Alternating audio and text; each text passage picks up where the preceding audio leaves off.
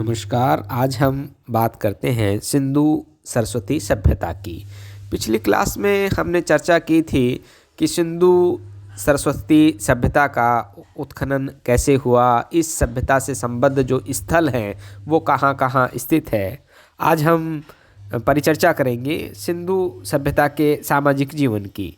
देखिए, सामाजिक जो जीवन है इसके संदर्भ में जानकारी प्राप्त करना एक दुष्कर कार्य है, क्योंकि एक लिखित साक्ष्य यहाँ से नहीं मिले हैं, लेकिन उत्खनन से प्राप्त जो सामग्री है उसके आधार पर एक सामाजिक जो जीवन है उसका चित्रण हम कर सकते हैं। और सामाजिक जीवन की पहली इकाई हम मान सकते हैं सामाजिक संगठन को।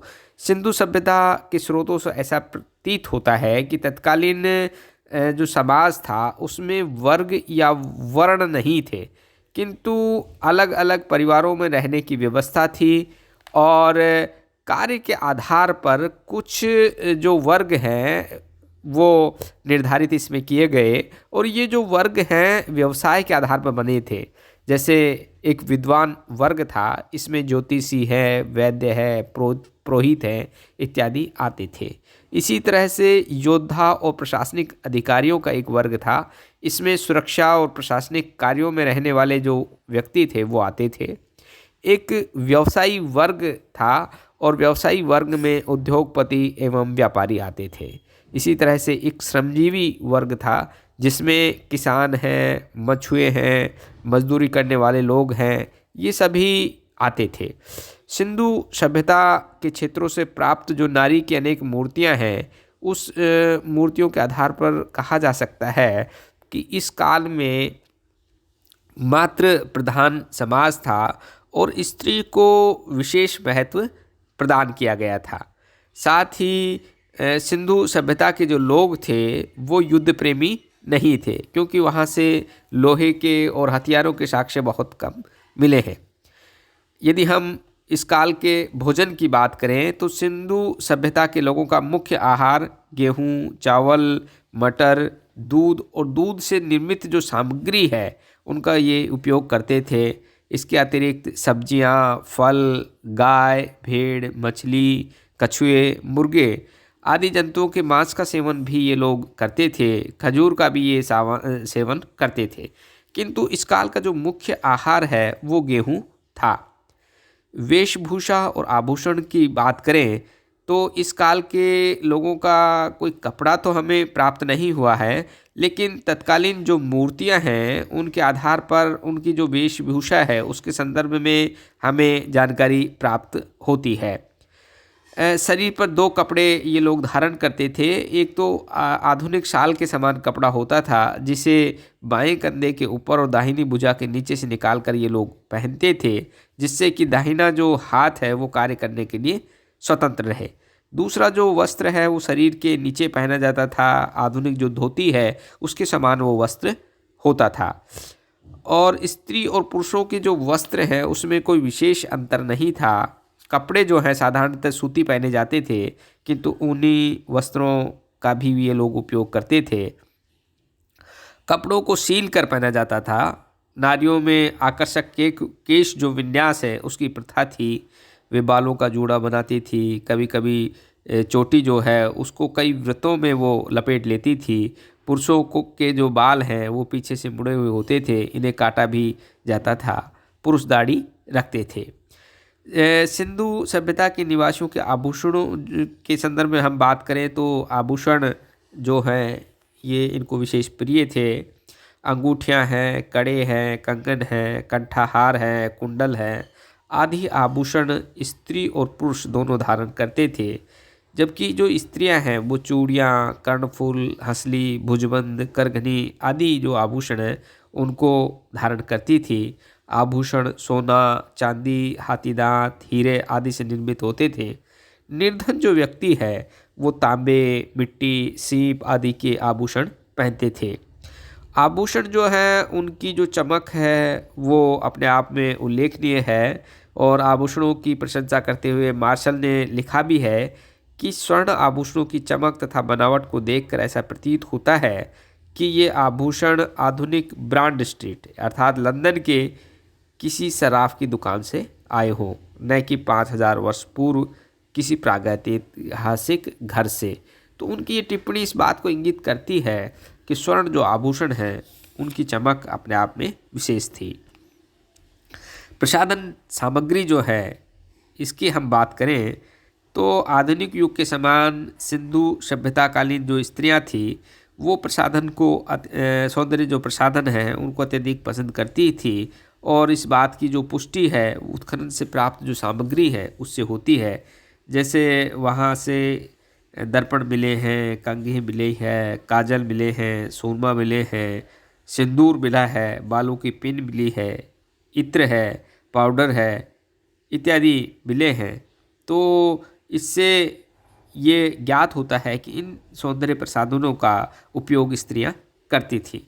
दर्पण उस समय कांसे तथा कंघे जो हैं हाथी दांत के बनाए जाते थे।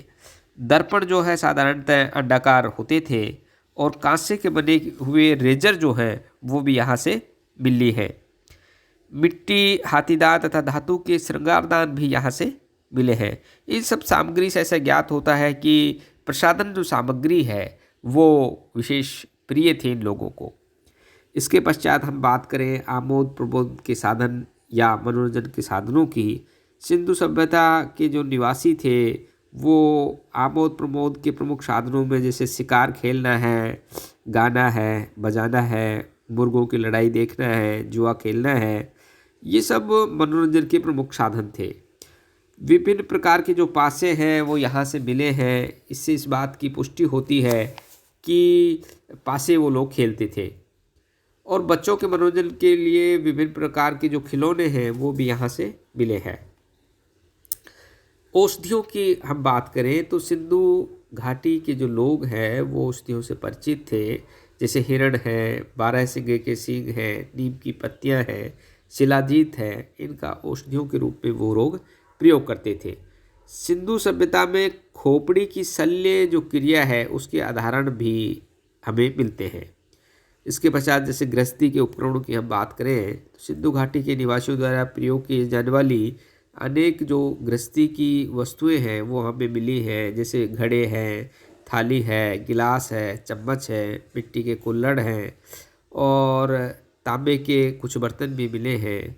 और बर्तन जो हैं प्रमुखतः मिट्टी के बने होते थे। और ये मिट्टी के जो बर्तन हैं काले, कथई और पीले रंग के होते थे। किंतु इन मिट्टी के बर्तनों की जो पॉलिश है वो अपने आप में बहुत चमकदार होती थी। और इसके अतिरिक्त जैसे चाकू है, छुरी है, तकली है, सुई है, मछली पकड़ने कांटे हैं, कुल्हाड़ी है इत्यादि जो है ये धातु के बने होते थे और ये सामग्री भी हमें यहाँ से प्राप्त होती है। इसके बाद बात करें हम आर्थिक जीवन की।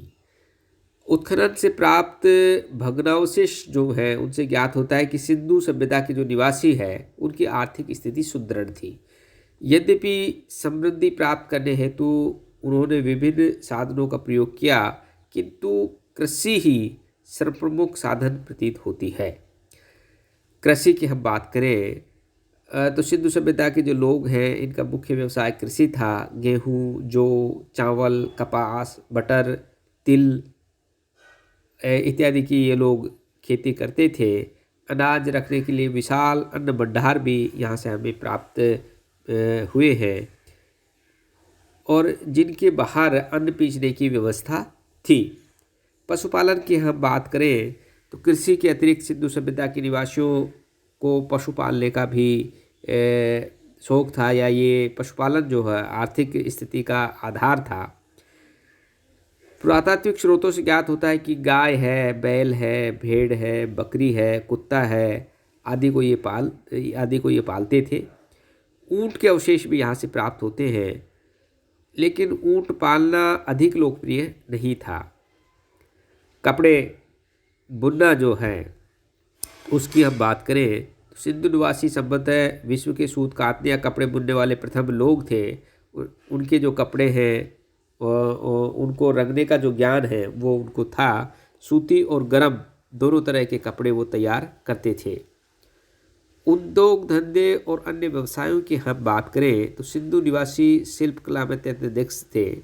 मिट्टी के असंख्य बर्तन जो खुदाई से प्राप्त हुए हैं वो अत्यंत सुंदर और आकर्षक हैं और इन बर्तनों पर जो चित्रकारी है वो अपने आप में उल्लेखनीय है। बर्तनों को भट्टी में भी पकाया जाता था। बर्तनों पर जो पॉलिश है उसकी अत्यधिक चमक होती थी। मिट्टी की बनी हुई मूर्तियां हैं, खिलौने हैं आदि यहाँ से प्राप्त हुए हैं। सिंधु सभ्यता में धातुओं के भी सुंदर आभूषण बनाए जाते थे। धातुओं के अतिरिक्त सीप है, शंख है, हाथी दांत है इत्यादि के आभूषण भी यहाँ बनते थे। खुदाई में तराजू भी प्राप्त हुआ है तथा अनेक बाट भी मिले हैं। तो इससे ये अनुमान लगाया जा सकता है कि जो व्यवसाय है वो उन्नत स्थिति में था। इसके पश्चात हम व्यापार की बात करें तो सिंधु निवासी जो थे उनका विदेशों से व्यापारिक संबंध था। और विदेशों से जो व्यापारिक संबंध है वो सुदृढ़ थे। और जल और थल दोनों मार्गों से व्यापार करते थे। थल पर बैलगाड़ियों और जल में जहाज़ों का जो प्रयोग है वो किया जाता था। विद्वानों का विचार है कि सिंधु निवासी सोना, चांदी, शीशा, तांबा आदि आयात करते थे। और सिंधु सभ्यता के विभिन्न जो स्थान हैं उनसे जो प्राप्त वस्तुएं हैं उनको देखकर ये ऐसा प्रतीत होता है कि आर्थिक क्षेत्र में सुगठित शासन तंत्र का नियंत्रण रहा होगा। जिसे पिगट का विचार भी है कि केवल शासकीय नियंत्रण से इतनी समरूपता नहीं आ सकती। शासकीय नियंत्रण के अतिरिक्त वाणिज्य की जो संहिता एवं वस्तुओं के मानकीकरण की भी कोई व्यवस्था उस समय अवश्य विद्यमान रही होगी। इसके पश्चात यदि हम सिंधु सभ्यता के लोगों के धार्मिक जीवन की बात करें तो धर्म के संदर्भ में जानने के लिए हमें पुरातात्विक जो स्रोत हैं उनका सहारा लेना पड़ता है। और कुछ जो मुद्राएं हैं उन पर अंकित चित्र हैं, अंकित लेख हैं, उसके आधार पर हम उस समय का जो धर्म है उसके संदर्भ में जानकारी प्राप्त कर सकते हैं। सिंधु सभ्यता के अवशेषों में ऐसा कोई भवन नहीं मिला जिसे निश्चित रूप से हम मंदिर कह सके। यद्यपि मेसोपोटामिया के अवशेषों में मंदिरों के अवशेष मिलते हैं किंतु यहाँ से ऐसे अवशेष नहीं मिले हैं।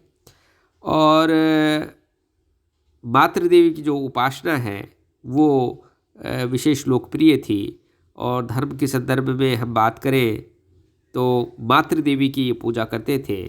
सिंधु जो निवासी है वो मातृ देवी के उपासक थे। इसका अनुमान इससे लगाया जा सकता है कि मातृ देवी की अनेक मूर्तियाँ यहाँ से मिली हैं। और एक अर्धनग्न स्त्री की मूर्ति मिली है जिसके सिर पर टोपी है, गले में हार है, कमर में तगड़ी है। और स्त्रियां, ये मातृ देवी जो थी वो आभूषण युक्त भी मूर्तियां मिली हैं, आभूषण विहीन भी मूर्तियां मिली हैं। और एक मातृ देवी की मूर्ति मिली है जिसकी चारों तरफ धुआं ही धुआं है। और सिंधुवासी मातृ देवी को संपूर्ण लोक की जननी और पोषिका मानते थे। मातृ देवी की पूजा के समय बलि भी दी जाती थी। मातृ देवी को माता, अम्बा, काली, कराली आदि नामों से जाना जाता था। शिव जो पूजा है उसका उल्लेख भी हमें मिलता है। शिव के ये लोग उपासक थे।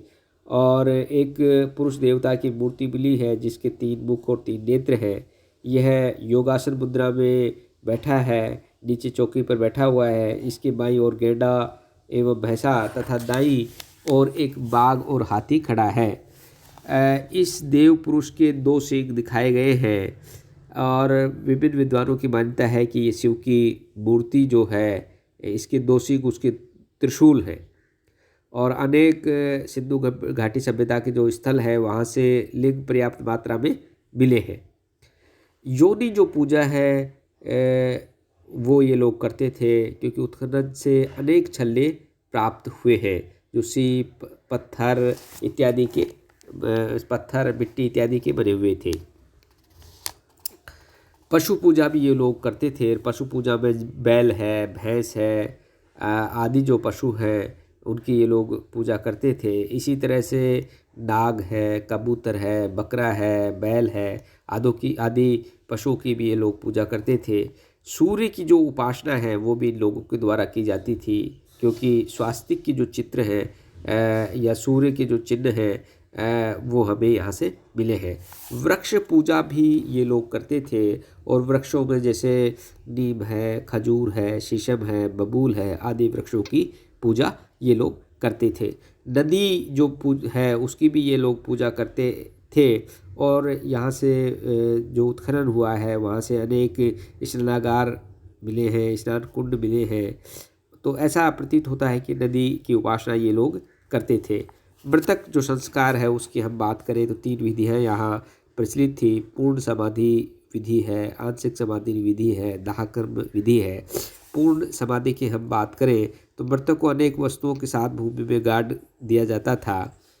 इस आंशिक जो समाधि है इसमें पहले मृतक को पक्षी जो हैं उनका हार बनने के लिए खुले में छोड़ा जाता था और बाद में अस्थियों को पात्र में रखकर भूमि में रखा जाता था। और दाहक्रम जो विधि है इसमें शव को जलाकर उसकी राख और अस्थियों को कलश में रखकर भूमि में गाड़ा जाता था। इस तरह की धार्मिक जो मान्यताएं हैं यह इस सभ्यता में थी।